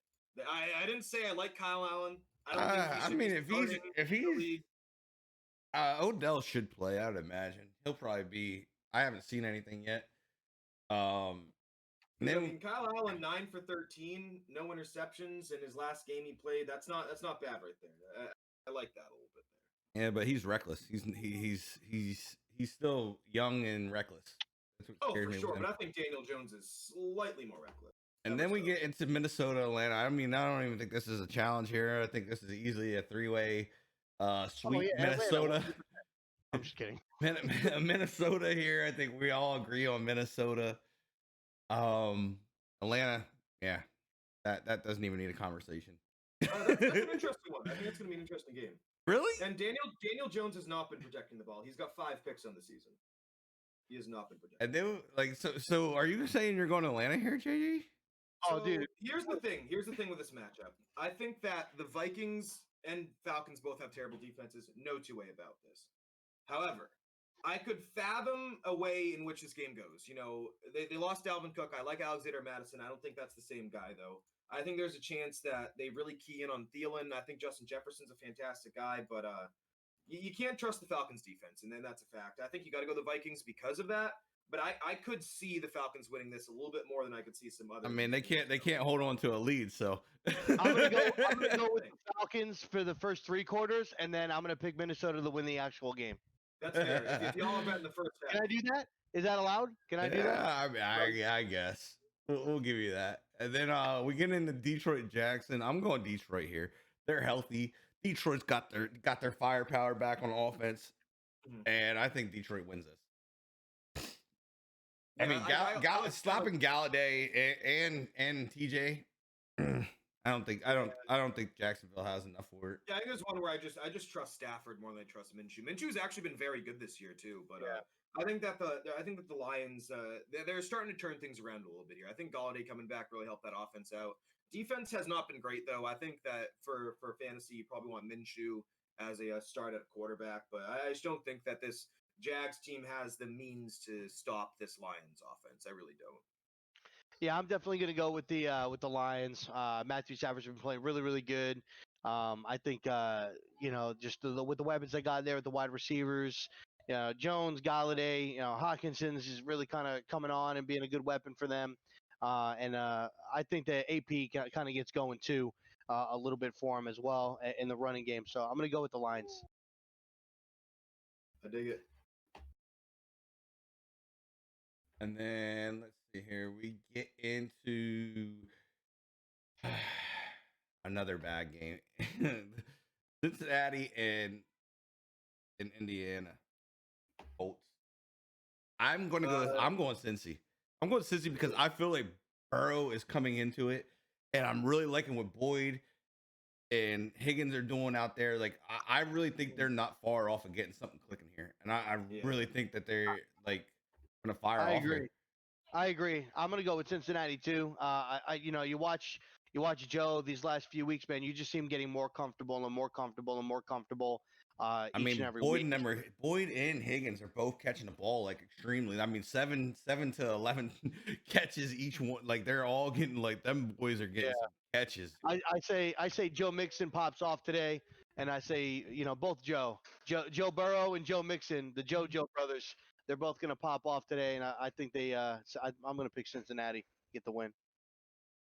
Yeah, this will be an interesting game. I don't like Rivers at all. If it was anyone but Rivers at quarterback, I think that Colts defense is something that people are really underrating right now. They're still graded as one of the top in the league. I look at the defense. I just feel like I don't trust Rivers here. Yeah. I just feel like Cincinnati's just. I just feel like they're starting to click. I think Burrows is starting to get a rhythm going here, and I just think they're not like. I just think it's one of those games they're going to end up. I think they're going to just pop. Yeah. I think Burrow's gonna look okay today. I think this Colts defense is gonna do a lot of work, but I just think that Rivers is gonna cost him the game one way or another. I don't think he's gonna be the answer for any franchise. So I agree. I agree. I think it's time for Rivers to hang it up. Yeah. And then we get into Chicago, Carolina, and I'm going Chicago here. This defense is gonna have a freaking field day. This defense is full strength. This defense has been one of the tops to me all year, if healthy, and they're healthy. So I'm going Chicago here. So go ahead. I do think I keep saying this where this thing could go either way, but I think that, like you mentioned here, this Chicago Bears defense has been phenomenal. I think that Bridgewater's been good as well, but I think that this is a matchup where I'm looking at the defense. I typically look at defense in these games. I look to see. which defense is better. I'm going to always lean defense. I think I'm going to go Bears here. I think that defense is better. I don't think the Panthers defense is going to be able to do much. Now, I'm not a big Foles guy, but I just think that this Bears defense can easily single-handedly win that game for him. I'm gonna go Bears as well. I think the defense has been playing well. If Bridgewater was maybe going into his second year, getting a little bit more comfortable with the team and the players that he's got around him, I would have probably went with Carolina. But I'll go with Cincinnati, not Cincinnati, Chicago. And I like Nick Foles. I think he's kind of coming to. Nick Foles is. I think he's gonna. I said it by week 4 that Nick Foles was going to be the starter. I called it, and he came in. And I think he's going to do well. I think he's a better fit for them than Trubisky is, because I think he's going to spread the ball around more and get it to the weapons that they've got on that offensive side of the ball. But that defense is just playing phenomenal. They're playing great. I don't think he's saying Nick Foles is like great. I think he's what he's saying is that he's a better fit than Trubisky is in that offense, and that's what we're talking about. But then we're going to move into this game, and I think this is unanimous across the board here, unless one of us is on the leap here. But Miami versus the Jets. I'm going Miami. Miami. It's the Jets. It's the Jets. They're terrible. Both sides of the ball. Joe Flacco. That's all I got to say. That's it. Dolphins. Oh God! Here it comes. You know what? I'm gonna say that I think Miami's turning a corner. I think Miami's turning a corner. Had they have gotten rid of Adam Gase and stuff like that, I think that team would have kind of rallied around that, and that I may have said, "Hey, let's go." I think getting rid of Le'Veon Bell, I think it's just going to be another notch and just knocking this team down and not really, playing well. And Miami's just making the turnaround. They're doing some, and Tua Viola hasn't even touched the field. Fitzpatrick has been playing great, so I'll go Miami. I think that was the whole plan with Miami is keep him on the bench, let him learn, let him get a full another year, like get him a whole another year of healing. If you look at what they're able to do without him on the field. Imagine, and a lot of people comparing, Tua Viola to what Russell Wilson was. If he can be anywhere near that or better, hey, they may, I mean, I honestly think that it's one of those things where it was a good move to protect him. You know what I mean? Like that's a serious injury he came off of, and he gets that one good lick in that same weird spot, man. His career could be over.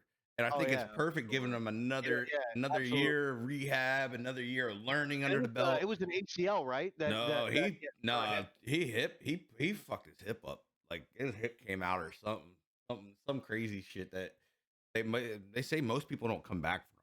So then we get into Tampa Bay, Green Bay. I'm Green Bay. Green Bay's just lights out on both sides of the ball right now. Like I think the Tampa Bay Buccaneers have been too up and down, and I gotta go lights out. I agree with that. I think it's gonna be a very close game, but the only reason I would go Green Bay here is I think that they've been a little bit more well-rounded in terms of consistency, as you mentioned there. I think that's a big thing. I think consistency is huge. Getting his top target back. I think this will be close, but I think that the Packers end up edging this one out here. It's going to be a close game, though. It's going to be a really good game right there. You know what? I'm going to go with Tampa, and the reason why I'm going to go with Tampa is I think it's going to be a close game. But you know what? I think that Tom Brady got pissed off last week. Was not happy with the way that they played. Definitely think that they should have won that football game against the Bears. They lost 16-14. I think that he's going to say, listen, this is a top game. This is a top team right now. We cannot go in there and be slouches or nothing like that. I think he's going to get them mentally prepared. I think he's going to demand excellence. And I think I don't necessarily think it's going to be the offense, but I think it's going to be that Bucs defense that's going to step up and cause some turnovers and stuff like that. I think it's going to be the Bucs defense that's going to step up and win them this game. I think JPP, he's been quietly playing a very, very good year opposite side of Shaquille Barrett. I think he gets a couple of sacks, maybe even a forced fumble. And that guy, that corner, man, that Bunting, he's been playing really good, tight coverage.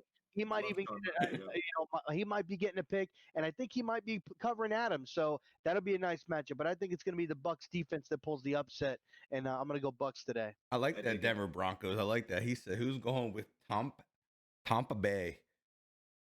Like Tom Brady, Tampa Bay. Tampa Bay. So then we get into this. This one, I'm going Rams easily versus San Francisco Sunday night game. San Francisco's defense is too beat up, man. Like it really is. They've got some big players out right now, and I just don't think that offense is ready for Aaron Donald. I mean, the dude's been a freak. He's been taking two people at the same time, throwing them out the way like little rag dolls. I mean, Wild. it's Yeah, I think the Niners offense is what I'm really worried about there. I think Jimmy G Philip is Lindsay been or bad. what is that name? That'd be Chenault, Laviska Yeah, Chenault. I would definitely go Chenault. The thing is though, is DJ Chark playing? If Chark is playing, I'm a little nervous. Otherwise, you definitely have to go Laviska Chenault there. That's the X factor for the Jags. They use him in the running game. They use him in the passing game. He is a wide receiver, but they do run the ball with him too. That's a guy I really like as a sleeper today. Him and Keelan Cole, I think, have a decent shot there if Chark sits. So who's your pick here? Are you taking the Rams? I'm going Rams. I don't trust Jimmy G. I don't think he's going to be able to single-handedly win that game. I don't think that defense is going to win the game either. Goff has been pretty solid this year. I don't know if their line can handle Donald. I don't know if there's a line that can handle Donald. That dude's a freak right now, man. Yeah, that's a big part of it. I think what I look at here is the defense versus the quarterback matchup. It's typically how I pick my games, and then I just think that I trust Goff more than Jimmy G. When I don't like either of them, generally speaking, but I think this is a game where Goff's going to be able to put this. Yeah, I think it's a division game. It's probably going to be a tough game. You know, division games always are.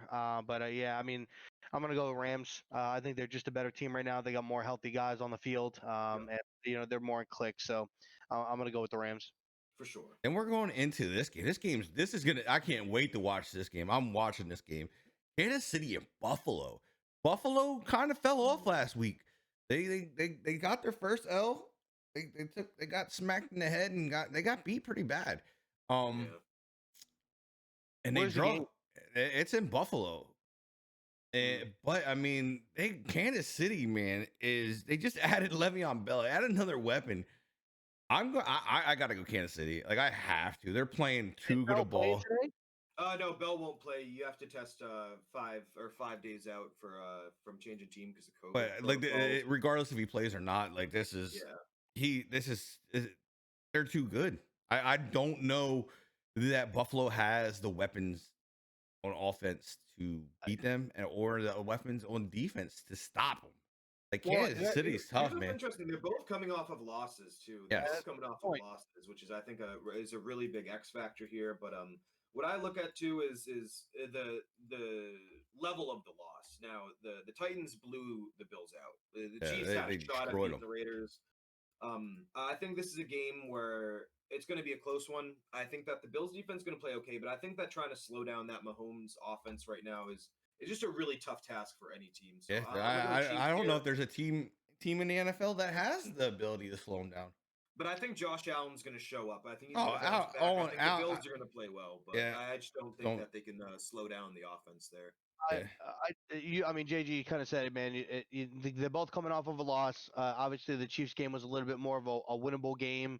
You know, I think they just kind of got outplayed and made a couple of key mistakes to lose that football game. Where the Titans blew out the Bills. You know, they just got embarrassed through the run game. So I think that if for the Bills to win this game, Josh Allen is going to have to play equally. He's going to play lights out as Mahomes, and he's been playing phenomenal. You can kind of see some similarities on how they play, but he's going to have to be heavily involved. And the front seven of the Buffalo Bills is going to have to try to contain and keep Patrick Mahomes in the pocket, not letting him kind of move around a little bit. That's what he likes to do, move side to side, extend plays, and throw it at the last minute. They have to try to contain him, and the corners are just going to have to play fundamentally smart, you know, tough football, you know, jamming the receivers, play tough. I'm going to go with Kansas City, though. I just, you know, for it, Patrick Mahomes, Super Bowl champion, speed. You know, you can't not go Chiefs. He's what you call the mega superstar. There's not many mega superstars, but there is. He's one of those guys. he just him in the game he single-handedly just changes it. Like he's just an X factor, an absolute X factor in this league, man. that's why I said you got superstars and then you have mega superstars. And the mega guy is like, that's why he's got the big contract. I mean, like, he's got a fucking 10-year contract, bro. And then we move into Arizona, Dallas, and this is where I believe Arizona beats them. Yeah, that's where I gotta go as well. I just don't think the secondary can handle all the weapons that are over in Arizona. I mean, you got Hopkins, you got Isabella, you got Kirk. I mean, there's a lot, man. And you got Drake. Drake's not been playing bad ball and running the ball. I mean, and don't forget about Edmonds. Edmonds has really kind of just came out of nowhere and just they've been using Chase a decent amount. Well, that's what I'm saying. You have so much going on, and I just don't like. This is one of those things where it comes down to, like, it's kind of like a Kansas City offense. There's so many weapons. Yeah, that it's like I don't think Dallas has the defense to slow it down. I think Kingsbury. You know, everybody kind of questioned Kingsbury on getting rid of Josh Rosen and bringing in Kyler Murray, whether that was a smart move or not. And I think he made a statement. And you know what? I think the team's buying into that statement. They brought in Kyler Murray. He's been playing great. They brought in some weapons to surround him, and bringing in DeAndre Hopkins, Larry Fitzgerald. You've got Christian Kirk there. You know, the tight end position. They've got a regular guy there. I can't remember. Oh, Max Williams. Excuse me. Yep. He's solid for them. You know, not no big name, but solid. But then you got Drake. Then you got Edmonds. You got guys. You know, receivers. They can run the ball. They can catch the ball out of the backfield. And the defense. I know they lost Chandler Jones. I think to the year. I think he has that season surgery. So that's a little bit of a blow. But I think the other big thing too is that really changed the thing of this team is Patrick Peterson. He's buying in. I think that he wanted out, but I think he saw what Kingsbury was doing. He's buying in. If he's gaming, if he's balling, that defense is on point. I think I think they can win this football game for sure. Yeah, for sure. I think that Chandler Jones injury is something that's really big for that defense. He's a phenomenal player, MVP or defensive MVP caliber, I should say. Leading the league in sacks like throughout the last 3 years. Not each year, but all like combined, I believe. I think that this is a case where I mentioned earlier, Andy Dalton prime time, only 6 and 19. That's not a coincidence. That's a Kirk Cousins stat line. If you're out here at 6 and 19 in primetime games, I'm never going to pick you in a primetime game until you really show me what you can do. I think that these are both good offenses, but I think that the fact that we've seen from Dalton that these bright lights get to him, that's going to be tough. Now, I think this Arizona defense is susceptible to the pass. They are a phenomenal offense, is the Cowboys, but I think that having Dalton in the first week after the shock injury last week, I don't know if he's ready for this game right now. I really don't. I'm gonna go Cards. I don't feel super good about it. I'm really basing this off the fact that I just don't trust Andy Dalton. I really don't. The only way that they could potentially win this game, Dallas, is Zeke is going to have to touch the ball at least 30 times. I think if they can run the football and give Zeke 30 touches. I mean, they got to keep Arizona off the field 100%. And I would even see Tony Pollard getting 15 or 20 touches as well. They have to run. They're not going to run the ball 50 times. No way. I could see 40. I could see like a 28. I really don't see it happen no matter what here. I honestly see maybe 15 touches for Zeke. I think that the Chandler Jones thing, they're going to try to attack that. I think that they're going to try to attack that side, knowing that he's not there. McCarthy's not the guy though. He's never done it. Even when he had the running backs up in Green Bay, he never ran the ball. Don't get it. Let's not forget when Mike McCarthy was there, and the entire time in the playoffs, he ran James Starks all the way down to the postseason. James Starks had some really good games for him. Ryan Grant played some very, very good games for them when they needed to. I think like right now, knowing and remember too, when he would lose Aaron Rodgers, he solely went towards like Eddie Lacy and the running backs to try to hold the load. I think with Andy Dalton coming over there, I think he's going to try to ride Zeke now. He knows he has to because he can't afford it. He's got to. And I think they're going to ride Zeke. They'll ride Tony Pollard. And if they do that, they have a chance to win. If they don't, and you're going to have Andy Dalton throwing it 30, 40 times, see you later, pal. You're going to lose the football game. Yeah, I feel that for sure. All right, guys, and we haven't seen it. we're gonna get into the waiver wire and get you guys caught up with some injuries here. But I'm gonna stop the recording. We're gonna get this uploaded, so this will go to YouTube, guys. And then on Tuesday night, we will recap all this stuff. So make sure you guys stop in Tuesday night, 7 p.m. Eastern, and Love this will it. be live again. But I'm gonna stop the recording now and get this up on YouTube. So if you need any questions, you guys can check it out. So we will be sticking around doing the waiver wire. So if you guys have waiver questions, put them in the chat. But we will see you guys Tuesday night.